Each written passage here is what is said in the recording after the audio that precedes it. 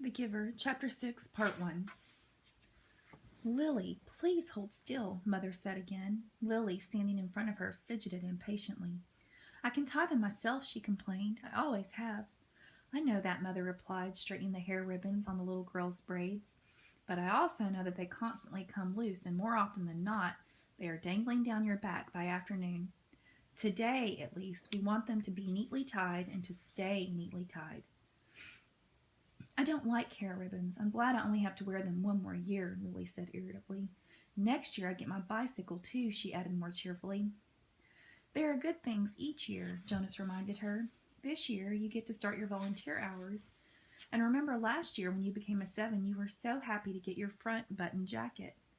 The little girl nodded and looked down at herself, at the jacket with its row of large buttons that designated her as a 7. 4s, 5s, and 6s all wore jackets that fastened down the back so that they would have to help each other dress and would learn interdependence.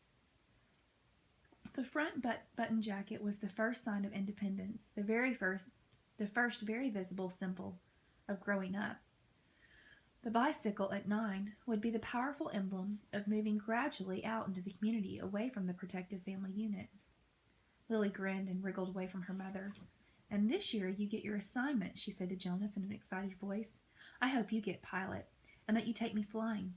Sure I will, said Jonas, and I'll get a special little parachute that just fits you, and I'll take you up to, maybe 20,000 feet, and open the door, and... Jonas, Mother warned. I was only joking, Jonas groaned. I don't want pilot anyway. If I get pilot, I'll put in an appeal. Come on, Mother said. She gave Lily's ribbons a final tug. Jonas, are you ready? Did you take your pill? I want to get a good seat in the auditorium. She prodded Lily to the front door, and Jonas followed. It was a short ride to the auditorium, Lily waving to her friends from her seat on the back of Mother's bicycle. Jonas stowed his bicycle beside Mother's and made his way through the throng to find his group. The entire community attended the ceremony each year. For the parents, it meant 2 days holiday from work. They sat together in the huge hall. Children sat with their groups until they went one by one to the stage. Father, though, would not join Mother in the audience right away. For the earliest ceremony, the naming, the nurturers brought the new children to the stage. Jonas, from his place in the balcony with the 11s, searched the auditorium for a glimpse of his father. It wasn't at all hard to spot the nurturers section at the front. Coming from it were the wails and howls of the new children who sat squirming on the nurturers' laps. At every other public ceremony, the audience was silent and attentive. But once a year, they all smiled indulgently at the commotion from the little ones waiting to receive their names and families. Jonas finally caught his father's eye and waved. Father grinned and waved back, then held up the hand of the new child on his lap, making it wave too. It wasn't Gabriel. Gabe was back at the nurturing center today, being cared for by the night crew. He had been given an unusual and special reprieve from the committee, and granted an additional year of nurturing before his naming and placement. Father had gone before the committee with a plea on behalf of Gabriel, who had not yet gained the weight appropriate to his days of life, nor begun to sleep soundly enough at night to be placed with his family unit. Normally, such a new child would be labeled inadequate and released from the community. Instead, as a result of Father's plea, Gabriel had been labeled uncertain and given the additional year. He would continue to be nurtured at the center and would spend his nights with Jonas's family unit. Each family member, including Lily, had been required to sign a pledge that they would not become attached to this little temporary guest, and that they would relinquish him without protest or appeal when he was assigned to his own family unit at next year's ceremony. I'm going to stop right there because I just questioned the text.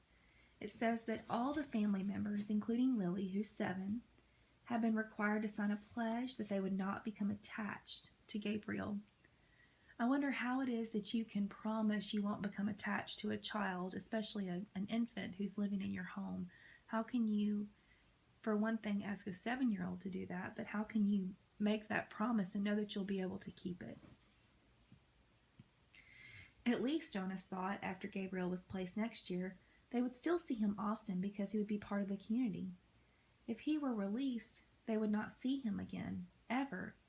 Those who were released, even as new children, were sent elsewhere and never returned to the community. Father had not had to release a single new child this year, so Gabriel would have represented a real failure and sadness. Even Jonas, though he didn't hover over the little one the way Lily and his father did, was glad that Gabe had not been released. The first ceremony began right on time, and Jonas watched as one after another each new child was given a name and handed by the nurturers to its new family unit. For some it was their first child, but many came to the stage accompanied by another child beaming with pride to receive a little brother or sister the way Jonas had when he was about to be a 5. Asher poked Jonas's arm. "Remember when we got Philippa?" he asked in a loud whisper. Jonas nodded. It had only been last year. Asher's parents had waited quite a long time before applying for a second child. Maybe, Jonas suspected, they had been so exhausted by Asher's lively foolishness that they had needed a little time. 2 of their group, Fiona and another female named Thea, were missing temporarily, waiting with their parents to receive new children. But it was rare that there was such an age gap between children in a family unit. When her family ceremony was completed, Fiona took the seat that had been saved for her in the row ahead of Asher and Jonas. She turned and whispered to them, "He's cute, but I don't like his name very much." She made a face and giggled. Fiona's new brother had been named Bruno. It wasn't a great name, Jonas thought, like Gabriel, for example, but it was okay. The audience applause, which was enthusiastic at each naming, rose in an exuberant swell when one parental pair, glowing with pride, took a male new child and heard him named Caleb. This new Caleb was a replacement child. The couple had lost their first Caleb, a cheerful little 4. Loss of a child was very, very rare. The community was extraordinarily safe, each citizen watchful and protective of all children. But somehow the first little Caleb had wandered away unnoticed and had fallen into the river.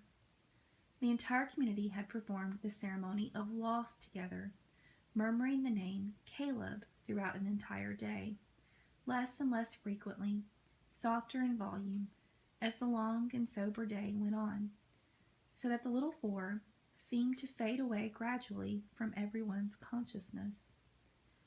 I want to go back to the first sentence in that paragraph where it says, "This new Caleb was a replacement Caleb." I find it interesting that this child is called a replacement child to replace another child they had lost. When something is replaced, I want you to just think of the answer to this question. What does that make you think of? What things do we replace? Do we replace things or do we replace people? Now, at this special naming, the community performed the brief murmur of replacement ceremony, repeating the name for the first time since the loss, softly and slowly at first, then faster and with greater volume, as the couple stood on the stage with the new child sleeping in the mother's arms. It was as if the first Caleb were returning. Another new child was given the name Roberto, and Jonas remembered that Roberto, the old, had been released only last week, but there was no murmur of replacement ceremony for the new little Roberto.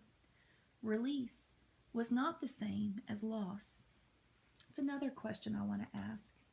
What does that mean, that release was not the same as loss, and what is the difference? We've been going through and defining, or first identifying some examples of release in our story, and then eventually we'll figure out exactly what release means. But what do you think that means, that release is not the same as loss? He sat politely through the ceremonies of 2 and 3 and 4, increasingly bored as he was each year. Then a break for midday meal served outdoors, and back again to the seats for the 5s, 6s, 7s, and finally, last of the first day's ceremonies, the 8s. Jonas watched and cheered as Lily marched proudly to the stage, became an 8, and received the identifying jacket that she would wear this year. This one with smaller buttons and, for the first time, pockets indicating that she was mature enough now to keep track of her own small belongings. She stood solemnly listening to the speech of firm instructions on the responsibilities of 8 and doing volunteer hours for the first time. But Jonas could see that Lily, though she seemed attentive, was looking longingly at the row of gleaming bicycles which would be presented tomorrow morning to the Nines. Next year, Lily Billy, Jonas thought. It was an exhausting day, and even Gabriel, retrieved in his ba- It was an exhausting day, and even Gabriel, retrieved in his basket from the nurturing center, slept soundly that night. Finally, it was the morning of the ceremony of 12.